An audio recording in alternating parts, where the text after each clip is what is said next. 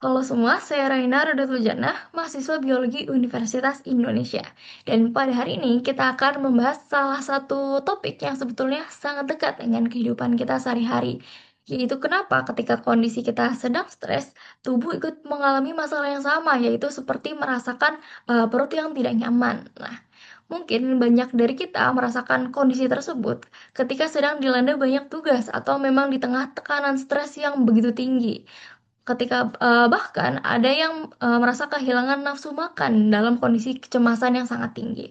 Nah, ternyata hal tersebut bukan hanya sekedar sugesti atau perasaan semata, melainkan memang dapat dijelaskan melalui mekanisme gut-brain axis, di mana otak dan sistem pencernaan kita itu memang saling terhubung dan dapat berkomunikasi satu sama lain, sehingga dapat saling mempengaruhi. Nah, hari ini kita akan membahas lebih lanjut mengenai hubungan tersebut dari sisi medis maupun sisi psikologis agar kita dapat lebih memahami sendiri apa yang sebenarnya terjadi dalam tubuh kita.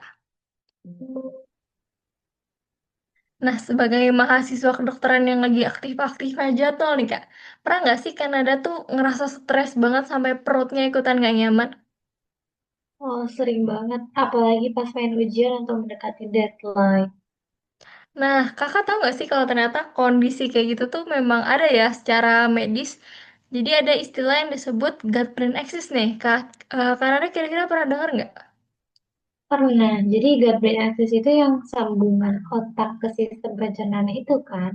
Betul. Nah, jadi axis brain ini dia itu memang seperti yang kan Anda bilang ya, dia itu yang menyambungkan antara otak ke pencernaan. Nah, jadi mereka sebetulnya saling berkomunikasi. Makanya ketika kita stres, tubuh itu bakal menganggap kita dalam kondisi bahaya. Kemudian dia akan masuk ke mode fight or flight. Pasti kan Anda pernah dengar ya. Nah, tapi kalau dari segi medis nih kan ada, tahu nggak sih Kak kalau kita stres tuh tubuh ngeluarin apa? Kalau kita stres, tubuh kita bakal ngeluarin hormon stres, yaitu hormon kortisol dan adrenalin. Betul banget nih Kak. Jadi hormon-hormon yang tadi kan ada sebutin itu memang bisa mempengaruhi kinerja lambung dan usus kita. Jadi gerakan usus pun terpengaruh. Jadi usus kita bergerak lebih cepat dan dia meningkatkan asam lambung. Nah, makanya muncullah reaksi seperti mual, mules, dan sebagainya. Nah, makanya kalau lagi anxious, kadang perutnya ikut bereaksi ya. Betul banget. Nah, tapi banyak orang tuh langsung ngira kalau ini tuh IBS gitu atau gejala Irritable Bowel Syndrome. Karena ada pernah dengar ya? Pernah. Nah, jadi ini tuh gejala iritasi yang terjadi di sistem pencernaan atau lebih tepatnya di usus kita. Tapi dia ini termasuk gejala kronis nih Kak. Nah, kalau setahu Kanada nih, apa sih hubungan IBS ini dengan kondisi stres itu? Jadi, stres itu bisa menjadi trigger atau memperparah gejala dari si IBS. Tapi stres Mm-mm. itu bukan satu-satunya nih penyebab IBS. Nah, betul banget nih. Jadi memang nggak semua mules yang disebabkan oleh stres itu langsung ujuk-ujuk menjadi IBS gitu. Jadi nggak langsung kronis, tapi memang stres ini bisa membuat pencernaan kita lebih sensitif yang nanti bisa memicu IBS. Nah, kalau pengalaman kakak sendiri nih, kalau udah mulai rasa mules karena stres, itu gimana sih cara kakak ngadepinnya? Kalau aku yang pertama itu tidur yang cukup, manage stresnya dengan olahraga, makan teratur, dan pola hidup sehat. Bagus Gitu. banget nih Kak. Berarti sudah mulai merancang lifestyle ya, karena memang dia ini sangat berpengaruh. Jadi kalau kondisi stres kita stabil, kondisi mental kita stabil, pencernaan kita juga ikut stabil.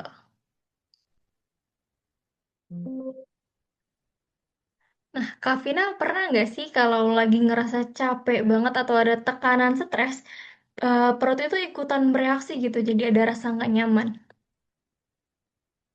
Ya, dan itu ternyata cukup sering terjadi juga ya.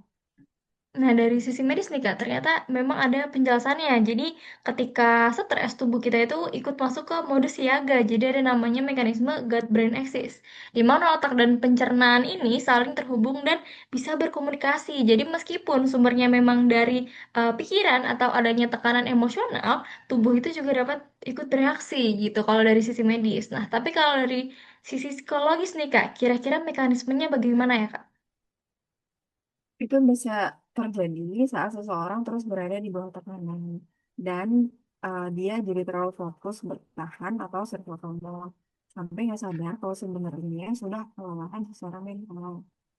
Jadi tubuh itu berusaha memberikan sinyal gitu ya. Betul. Seringkali kita baru sadar kalau kita stres setelah muncul simptom pada tubuh.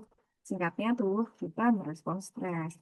Misalnya, jantung berdebar kencang, nafas jadi cepat dan pendek, sistem pencernaan melambat yang bisa menyebabkan mual, perut kembung, atau sensasi mules. Nah kalau kita udah mulai terasa nih gejala-gejala seperti tadi nih Kak, kalau dari sisi psikologisnya sendiri itu gimana ya cara kita biar bisa mengatasinya? Ketika tubuh udah memberikan alarm, cara paling cepat dan efektif adalah deep breathing atau teknik pernapasan perut. Jadi di breathing ini kita mengirim sinyal ke otak bahwa situasinya aman loh, nggak ada bahaya loh. Ini akan mengaktifkan sistem saraf parasimpatis sehingga detak jantung dan otot kita jadi lebih rileks. Salah satu metode yang populer namanya teknik hirup bunga tiup lilin. Jadi, tarik nafas lewat hidung selama 4 detik, seperti kita menghirup bunga, lalu tahan selama 7 detik, lalu hembuskan perlahan lewat mulut seperti sedang meniup lilin dalam 8 detik. Nah, tadi sudah kita lihat sendiri ya, bagaimana pentingnya memahami bahwa stres ini tidak hanya mempengaruhi pikiran saja, tetapi juga mempengaruhi kondisi tubuh kita, bahkan hingga ke sistem pencernaan. Nah, ini juga tergolong menarik ya, karena memang tubuh manusia itu memiliki sistem yang saling terhubung, sehingga mereka dapat mempengaruhi satu sama lain dan memberikan persinyalan atau berkomunikasi. Jadi ketika pikiran kita merasa tertekan, maka tubuh akan memberikan respons untuk menanggapi hal tersebut.